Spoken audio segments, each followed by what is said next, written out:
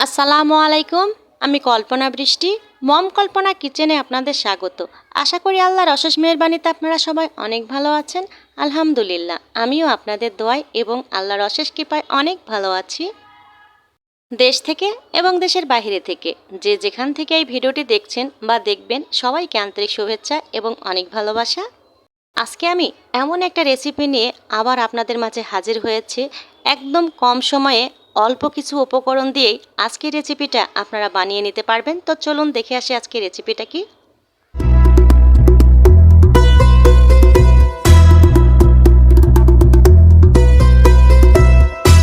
ভাবছেন আজকে বিকেলে চায়ের সঙ্গে কোন নাস্তাটা খাওয়া যায়?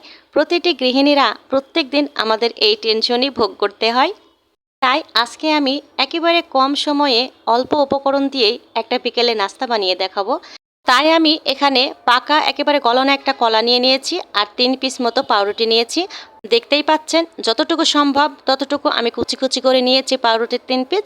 এবার আমি পাউরুটিটার সঙ্গে দিয়ে দেব এখানে চাউলের গুঁড়া 1 কাপ আর ময়দা 1 কাপ।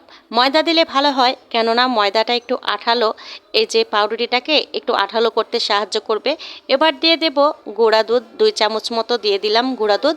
এরপরে দিয়ে দেব আমি এখানে এই যে নারকেল দিয়ে দিলাম 1 কাপ। নারকেলটা ফ্রিজে ছিল, আপনারা আধা ঘন্টা আগে কিন্তু বের করে রাখবেন। তারপরে এই যে আমি দিয়ে দেবো এখানে 3টা মতো এলাচ গুঁড়ো করে রেখেছি, একেবারে মিহি করিনি। খেতে কিন্তু দারুণ লাগে, এলাচের গন্ধটা লাগলে খুব ভালো লাগবে। এবার দিয়ে দিলাম 1 কাপ মতো, এখানে 200 গ্রাম মতো চিনি আছে, চিনি দিয়ে দিলাম। পরে যদি মিষ্টি আরও বেশি লাগে অবশ্যই দেব। মিষ্টিটা যার যার ফ্যামিলির উপরে নির্ভর করবে, যে যেমন মিষ্টি খেতে চান ততটাই দিয়ে দেবেন।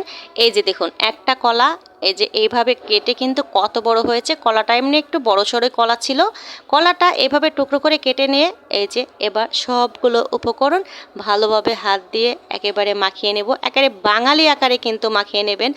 আগেকার মা কাকিরা কিন্তু হাত দিয়েই সব কিছু করতো। আমরা এখন আধুনিক যুগ হয়েছে, তাই অনেক কিছু হাতের বদলে আমরা ব্যবহার করি। তার চেয়েও কিন্তু মা কাকিরা যেটা হাত দিয়ে ব্যবহার করতো অনেক টেস্ট হতো। এই যে দেখুন আমি কিভাবে এখানে মাখিয়ে নিয়েছি, পানির কিন্তু একটুও প্রয়োজন পড়েনি। এই যে দেখুন আমি পাউরুটিটা, কলাটা আর সম্পূর্ণ উপকরণ ভালোভাবে একেবারে হাত দিয়ে মিহি করে মিশিয়ে নিয়েছি। দেখুন আর চিনিটা গলা পর্যন্ত আর পাউরুটিটা আরও একটু নরম হওয়া পর্যন্ত আধা ঘন্টা মতো আমি রেস্টে রেখে দেব।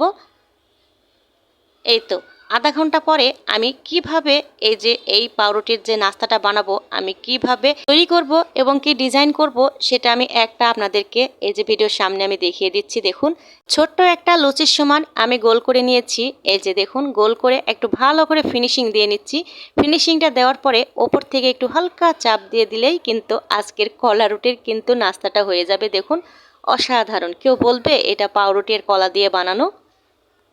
সময় স্বল্পতার কারণে আমি অফ ক্যামেরায় সবগুলো বানিয়ে নিয়ে চলে এসেছি কিচেনে। এসেই একটা বড় সড়ো ছড়ানো একটা প্যান বসিয়ে দিয়েছি, পর্যাপ্ত পরিমাণ তেল দিয়ে নিয়েছি, আমার সামর্থ্য যতটুকু সেটুকুই দিয়ে দিয়েছি। এবার আমি একে একে কলা পাউরুটির যে পিঠাটা বানিয়েছিলাম একে একে আমি তেলের পরে দিয়ে দেব। এ পর্যায়ে চুলার আঁচটা একেবারে মিডিয়ামে এক তালে কিন্তু রেখে দিতে হবে, কমানো বাড়ানো যাবে না, তাহলে সুন্দরভাবে এই পিঠাটা এপাশ ওপাশ সুন্দর করে কিন্তু ফুলে উঠবে আর একই সাথে কিন্তু সব পিঠাগুলো ভাজা হয়ে যাবে। দেখুন আস্তে আস্তে কিন্তু ফুলে টইটম্বুর হয়েছে। যেহেতু এর ভিতরে পাউরুটি আছে, তেলটা অনেকটাই চুষবে। আমাদের মধ্যবিত্ত পরিবারের সবার ঘরে কম বেশি পাউরুটি কলা সবসময় থেকেই থাকে। আপনারা যদি মনে করেন এই কলাটা বেশি পেকে গেছে আর পাউরুটিটা একটু কয়েকদিন হয়ে গিয়েছে, তাহলেই ব্যাস আপনারা শুরু করে দেবেন বিকেলে নাস্তা হিসেবে কলা পাউরুটির এই যে এই রেসিপিটা। দেখতে পাচ্ছেন কি দারুণ কালার এসেছে আর কত সুন্দর যে খেতে হয়েছে, একেবারে মুচমুচে হয়েছে। ভেতরটা যে কত ফ্লাফি হয়েছে সেটাও আমি আপনাদেরকে ভেঙে দেখিয়ে দেব একটা। যখনই ঘরে নাস্তা হিসেবে কিছু থাকবে না, ঝটপট অল্প সময়ে বানিয়ে নেবেন কলা পাউরুটি দিয়ে এই যে এই পিঠা রেসিপিটা।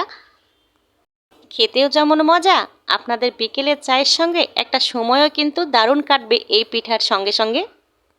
যারাই এই ভিডিওটি দেখছেন বা দেখবেন তাদের কাছে একটাই অনুরোধ, একটা লাইক অবশ্যই দিয়ে দেবেন এবং একটা সাবস্ক্রাইব অবশ্যই করবেন। পাশে থাকা বেল বাটনটা অবশ্যই প্রেস করে দেবেন, তাহলে আমার ভিডিওর নতুন নতুন নোটিফিকেশন যথাযথ আপনার মোবাইলে সর্বপ্রথম কিন্তু পৌঁছে যাবে। ভাই ও বোনেরা, আমরা যে গৃহিণী সকাল থেকে শুরু করে প্রচুর পরিমাণ খাটাখাটনির পরে একটু সময় বের করে এই যে আমরা এই রেসিপিগুলো বানিয়ে থাকি, যতটুকুই পারি না কেন আপনাদের সঙ্গে আমি দেখানোর চেষ্টা করি। আমি তেমন কোনো ভালো রান্না পারি না, তারপরে যেটুকুই পারি সেটুকুই আমি আপনাদের কাছে শেয়ার করি। আমার সংসারে আমি যেগুলো খাই, যেগুলো ব্যবহার করি, সেগুলো দিয়েই আমি আপনাদেরকে রেসিপি আকারে একটা একটা বানিয়ে দেখানোর চেষ্টা করি। জানি না আপনাদের কেমন লাগে। দেখতে পাচ্ছেন ভেতরটা কেমন ফ্লাফি হয়েছে, একেবারে ফুলে ভেতরটা খুব সুন্দর তেল ঢুকে অসাধারণ কিন্তু সেদ্ধ হয়েছে। তো আজকের মতো এই পর্যন্ত। সবাই ভালো থাকবেন, সুস্থ থাকবেন। আল্লাহ হাফেজ। আসসালামু আলাইকুম।